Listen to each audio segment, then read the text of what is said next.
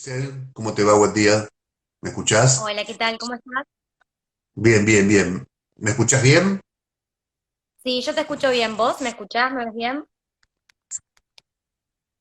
Sí, ahí llega perfecta la señal. Bueno, gracias por atendernos un ratito y conversar de estos temas que son profundos y que no tienen tanta agenda en los medios en esta actualidad. Algunas veces con razón, porque es verdad que se impone toda la cuestión de salud y que económica. Pero esto también, esto de lo que vamos a charlar, esconde una mirada ultra conservadora de no digo de 19 personas, pero sí de muy pocas, una decena de personas una decena de personas sobre poco más de 4 millones de habitantes de Santa Fe que están impidiendo que nuestros chicos tengan educación sexual integral en las escuelas, que tengan información. Después sí, ¿qué deciden hacer con esa información? Si prefieren sus valores religiosos, si no los prefieren, si los matizan con otra información. No estamos poniendo en duda eso. Me parece, ¿no? Que esto es lo que vamos a charlar. Estamos tratando de decir, pongámosle la información al alcance a todos los chicos para decidir, para elegir. Y esto en Santa Fe no ocurre, ¿por qué? Porque el proyecto que lo propuso en la gestión anterior, en el mandato anterior de la Cámara de Diputados de Paco Garibaldi, perdió estado parlamentario, justamente porque en el Senado no prosperó. Y Giselle Mahmoud, que forma parte de ese espacio político, vuelve a reintentarlo. Contanos un poco por qué que Giselle y qué hace falta para tener una ley de estas características. Hola, qué picardía. Perdimos la... Hola, Hola, ahí estoy. Te Giselle. tenía como aprendido. ¿Me escuchás? Llega un poquito con una fritura, llega. Si te podés ubicar en otro lugar con mejor señal, mejor.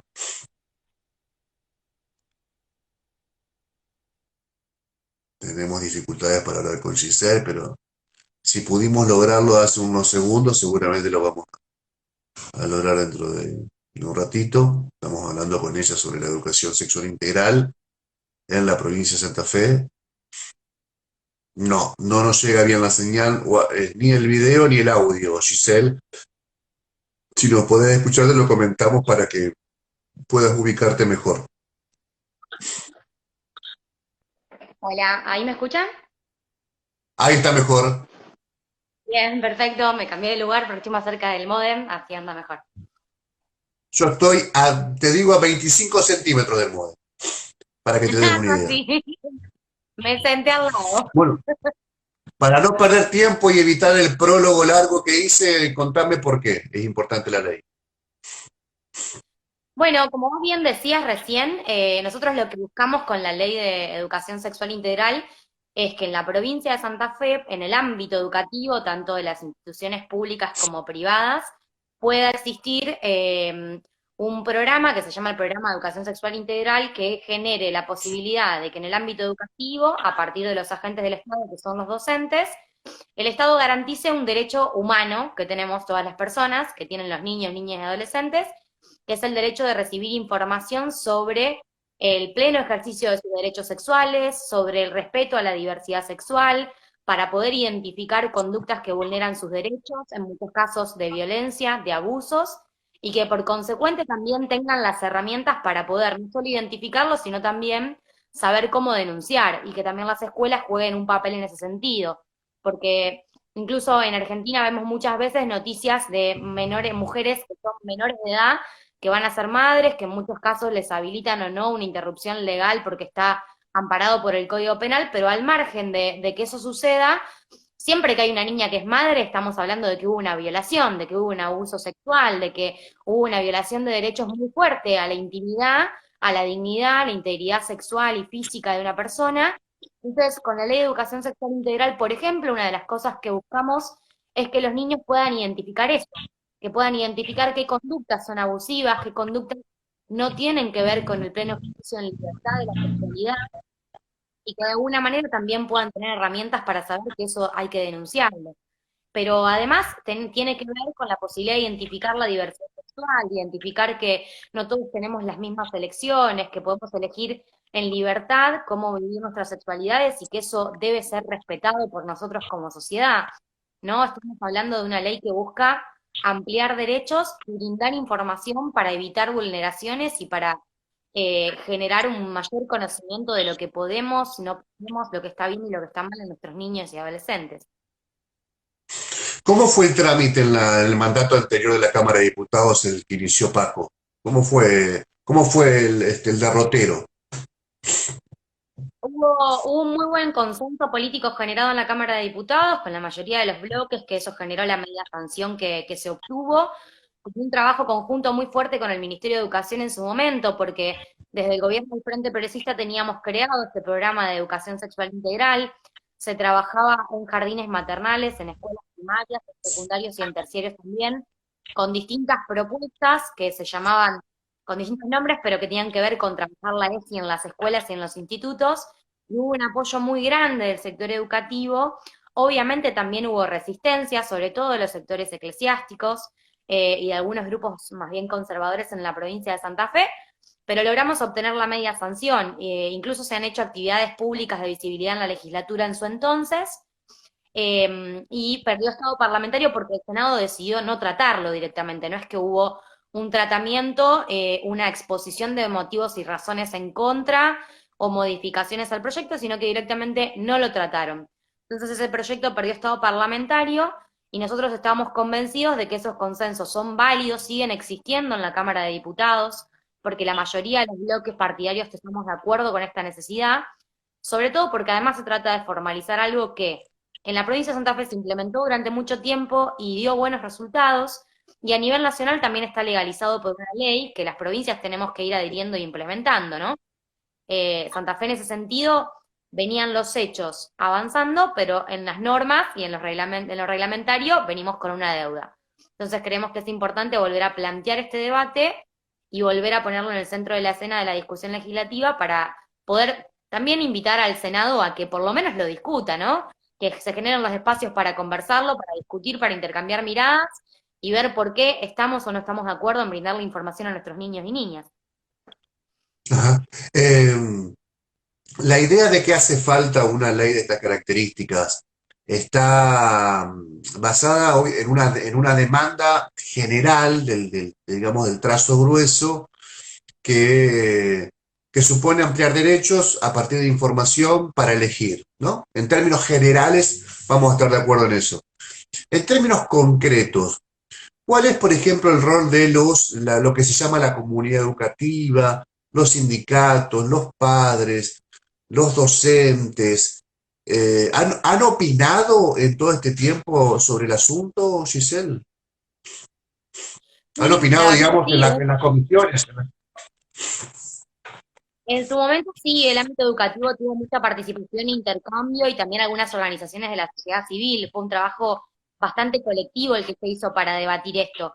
Obviamente, como en muchos temas y como pasa también a nivel nacional, así como la legalización del aborto generó posiciones a favor o en contra, en el tema de la educación sexual integral también hay posiciones a favor o en contra, pero en general el tratamiento que se había dado del proyecto de ley que fue presentado en 2018 fue sumamente colectivo y participativo, involucrando sobre todo a la comunidad educativa y organizaciones sociales que nuclean desde jóvenes de secundarios y estudiantes mismos hasta padres y familiares y militantes activos de esta causa.